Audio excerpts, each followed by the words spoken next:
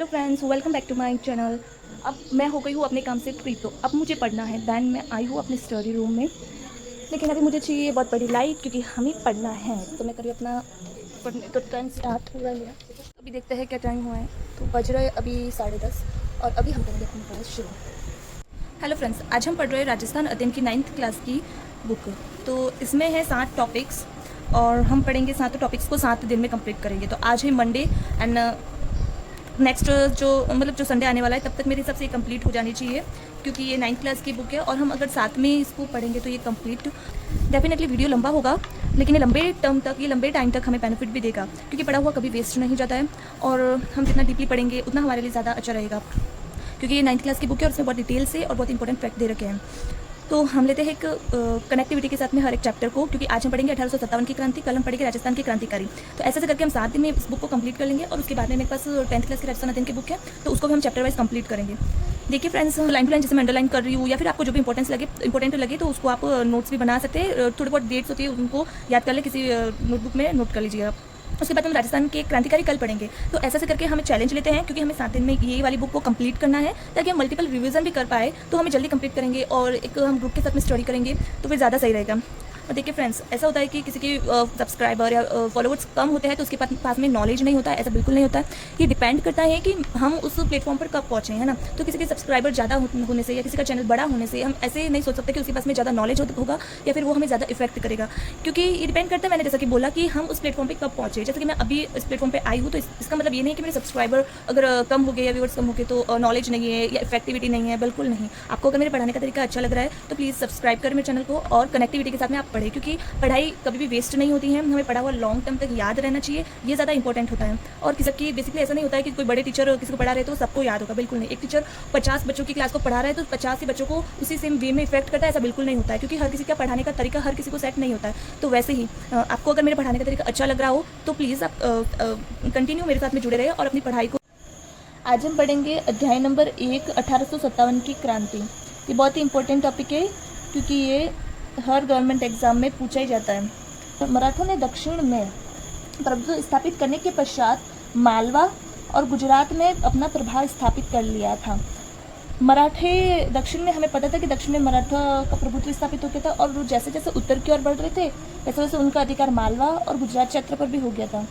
तो अतः अब उनके लिए राजस्थान में प्रवेश करना सहज हो गया था। डेफिनेटली अगर ये राजस्थान है और यहाँ पे गुजरात और यहाँ पे मालवा क्षेत्र है, तो राजस्थान में बहुत अच्छी तरीके से, मतलब बहुत आसानी से आ सकते हैं। तो क्या हुआ था कि अतः राजस्थान में उनके प्रवेश सहज हो गया था। तो मई 1711, ये डेट इंपॉर्टेंट है, मई 1711 में प्रथम बार मराठों ने मंदसौर वर्तमान में मध्य प्रदेश में, एमपी में वर्तमान में, तो मंदसौर के निकट मेवाड़ी क्षेत्र में से धन एकत्र किया था। तो सबसे पहले मराठों के क्वेश्चन बहुत बार पूछा जाता है। मई 1711 में प्रथम बार मराठों ने मंदसौर के निकट मेवाड़ी क्षेत्र से धन एकत्र किया था।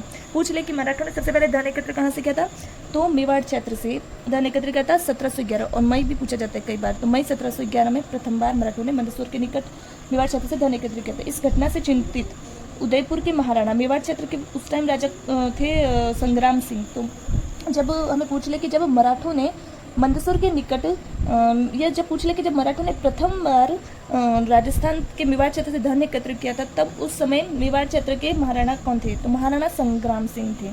तो महाराणा संग्राम सिंह उस समय उदयपुर के शासक थे, उस समय उदयपुर के राजा थे, जिस समय मराठों ने सबसे पहले राजस्थान से धन एकत्र किया था। तो क्या कि महाराणा संग्राम सिंह ने पहले जयपुर के शासक जय सिंह और बाद में मुगल बादशाह मुहम्मद शाह से मराठा समस्या के बारे में विचार विमर्श किया था। तो पूछ ले कि जब मराठों ने पहली बार राजस्थान से धन एकत्र किया था, उस समय उदयपुर के राजा तो महाराणा संग्राम सिंह थे और जयपुर के राजा थे, शासक थे जय सिंह। तो जयपुर के शासक उस समय कौन थे, जय सिंह। और उस समय अगर पूछे मुगल बादशाह, क्योंकि मुगल भी टॉपिक आता है तो मुगल बादशाह भी पढ़ना होता है, तो उस समय मुगल बादशाह थे मोहम्मद शाह थे। 1724 के बाद राजस्थान में मराठा आक्रमणों में तेजी आई। पूछ ले कब मराठा आक्रमणों का, मराठों ने जब आक्रमण राजस्थान में किया, तो राजस्थान में मराठों के आक्रमण की तेजी कब आई, तो 1724 के बाद। क्योंकि ये बुक है और इसमें बहुत डिटेल से जो भी फैक्ट दे रखा है आपको बस बोल के पी लेना है, रट के पी लेना है। तो सबसे पहले तो 1711 में प्रथम बार, और सबसे बाद में 1724 के बाद में तेजी आई मराठा आक्रमणों की। इसी बीच अप्रैल 1734 में बूंदी के पदच्युत शासक बुद्ध सिंह ने मराठा सहायता प्राप्त कर दलेल सिंह को गद्दी से हटा दिया। राजस्थान के किसी शासक द्वारा आंतरिक संघर्ष में मराठों को आमंत्रित करने का यह प्रथम अवसर था। मराठों का राजस्थान में आंतरिक मामलों में पूछ ले कि आंतरिक संघर्ष में मराठों का प्रथम बार हस्तक्षेप किस क्षेत्र में हुआ था, तो बूंदी में हुआ था। ये पूछ ले अगर क्षेत्र तो बूंदी में हुआ था, या पूछ ले किसके शासनकाल में, तो बूंदी नरेश या बूंदी शासक बुद्ध सिंह के शासनकाल में। कब पूछे तो अप्रैल 1734 या अप्रैल 1734 में मराठों का पहली बार हस्तक्षेप हुआ था आंतरिक संघर्ष में। क्योंकि मराठा इससे 1734 से पहले मराठा आते थे, लेकिन वो सिर्फ लड़ाई झगड़े करने के बहाने से ही आते थे। धन तो एकत्रित कर लेते, यानी कि कर बोलते हैं उसे एकत्रित कर लेते। मराठा इससे पहले 1734 से पहले मराठों का राजस्थान के आंतरिक मामलों में हस्तक्षेप नहीं होता था। केवल और केवल वो इसलिए आते थे कि जो उन्हें पैसा देता था तो वो सिर्फ लड़ाई झगड़े करने के लिए, मतलब लड़ने के लिए, युद्ध करने के लिए आते थे। इससे पहले उनका आंतरिक संघर्ष में हस्तक्षेप नहीं था। लेकिन 1734 और जगह पूछ ले, प्लेस पूछ ले तो बूंदी और शासक बोले तो बुद्ध सिंह के समय। और किस लिए तो दलेल सिंह बूंदी शासक बुद्ध सिंह के दत्तक पुत्र थे, गोद लिए हुए बेटे थे। दलेल सिंह को गद्दी से हटाने के लिए मराठे आए थे। तो राजस्थान के किसी शासक आंतरिक मामले में बाद में तो राजस्थान में मराठों का हस्तक्षेप बढ़ता ही गया था, क्योंकि प्रथम बार 1734 में 1735 में मालवा पर अधिकार करने के बाद मराठों को राजस्थान पर आक्रमण करने के लिए एक आसान मार्ग मिल गया।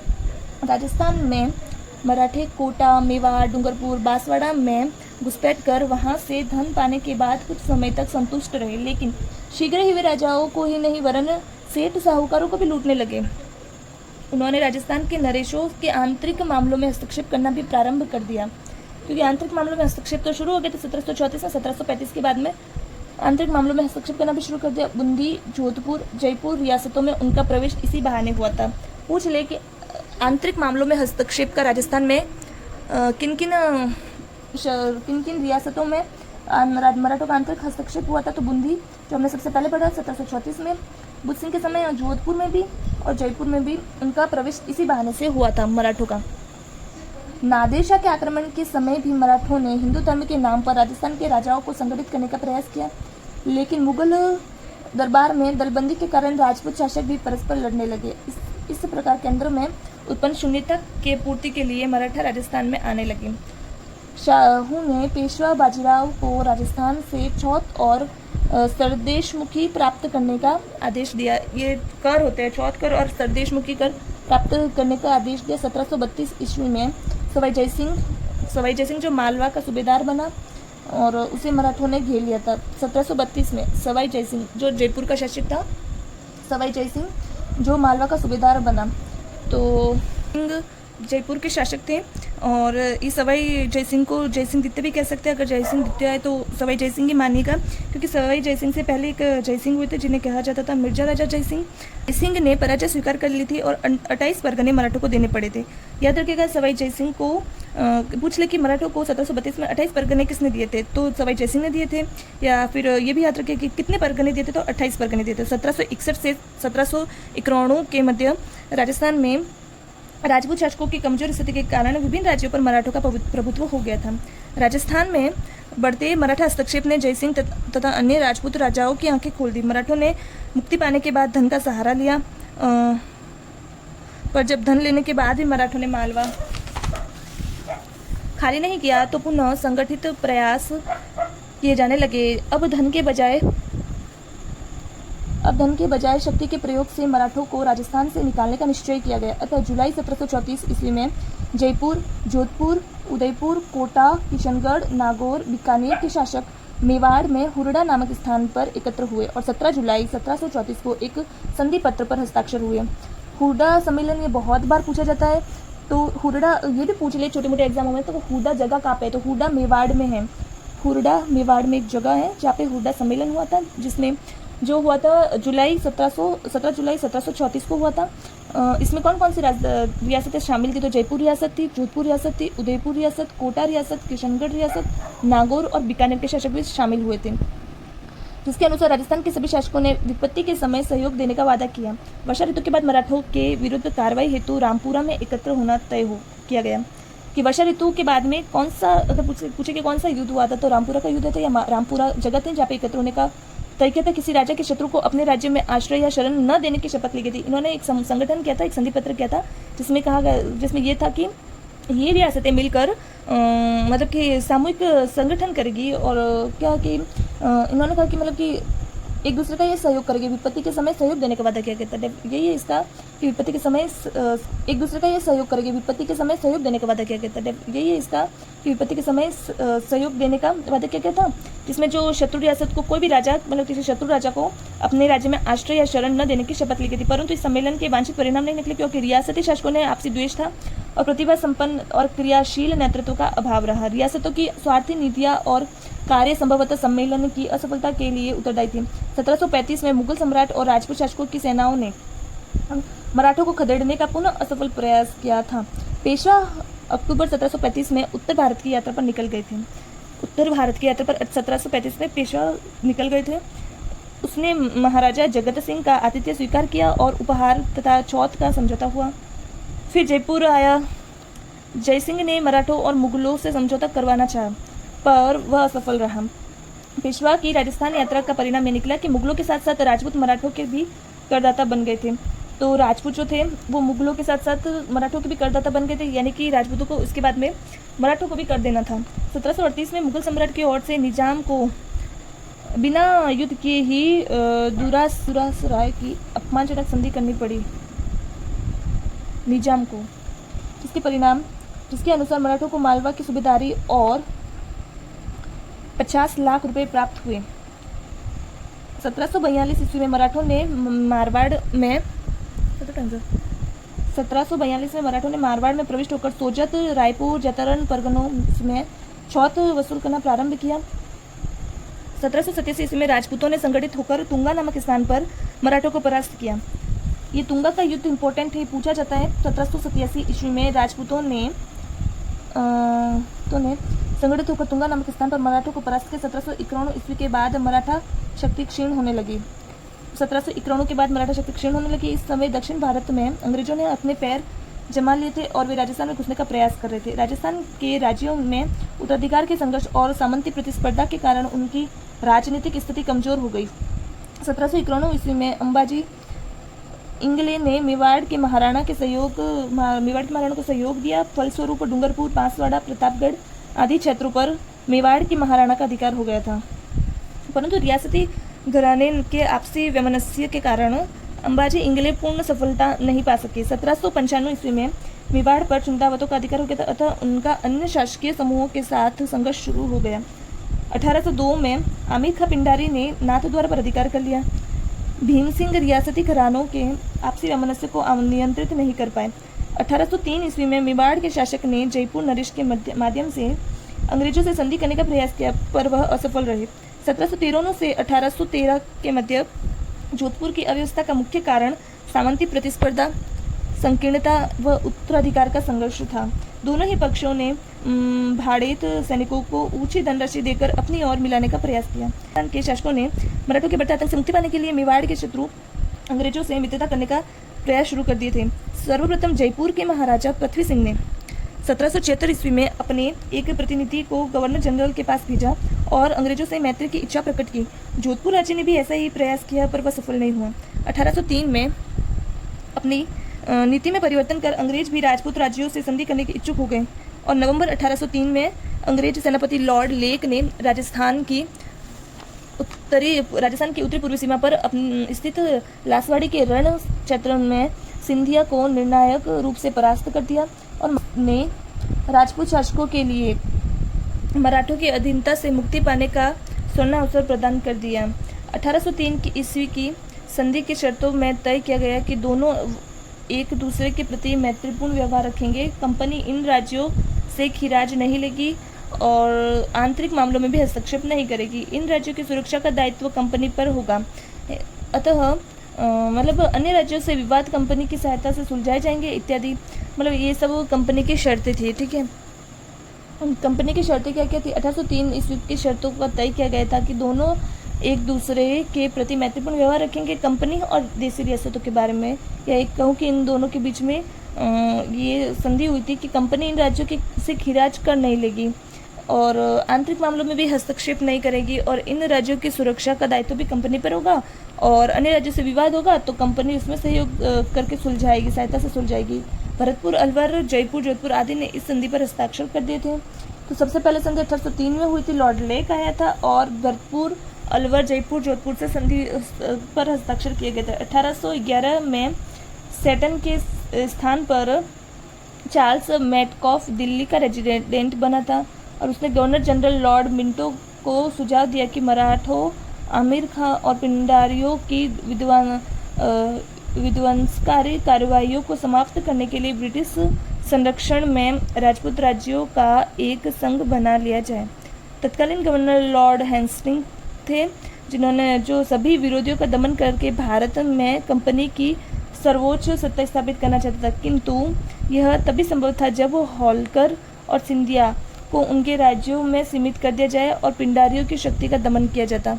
इसके लिए राजपूत राज्यों को संरक्षण में लेना अंग्रेजों के लिए अनिवार्य था, क्योंकि ये राज्य ही सिंधिया, होलकर और पिंडारियों के प्रभाव क्षेत्र में थे।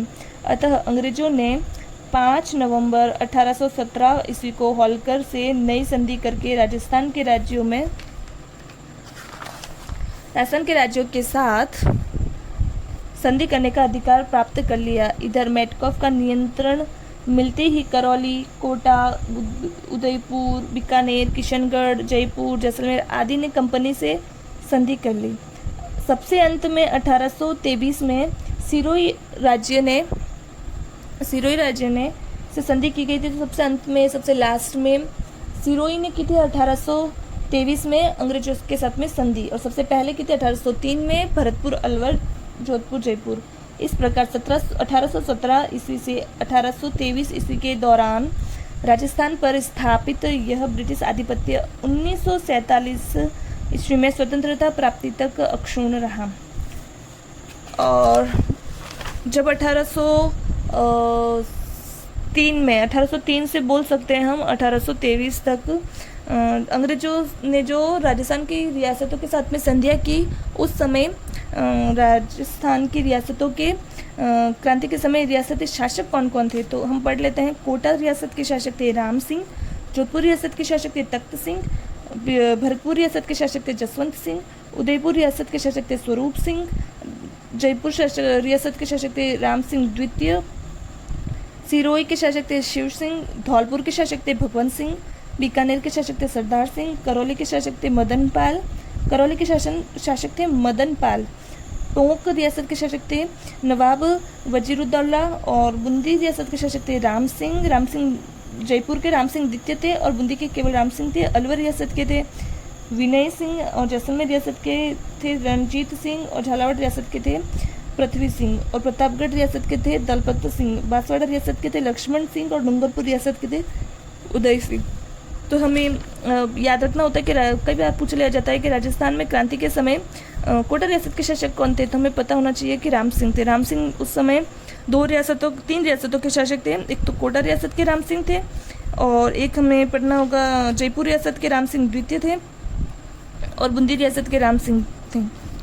आज हम पढ़ते हैं इतना ही, कल हम पढ़ेंगे यहाँ से। जितना हमें पढ़ा है उतना हमें याद भी करना है, क्योंकि चैप्टर बड़ा है, क्योंकि 1857 की क्रांति भी बहुत बड़ी थी, तो हम धीरे धीरे इसको कंप्लीट कर लेंगे।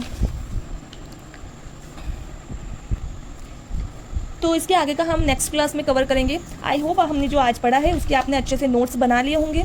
तो नेक्स्ट क्लास को देखने से पहले आप इन नोट्स को ज़रूर रिवीजन करें, ताकि आपका आगे का क्लियर रहे कि हमने क्या क्या पढ़ा है। तो अपने नोट्स को दोहराते रहिएगा, जिससे आप जब नेक्स्ट क्लास में पढ़ेंगे तो अच्छे से आप कनेक्ट कर पाएंगे। थैंक्स फॉर वॉचिंग, मिलते हैं नेक्स्ट क्लास में।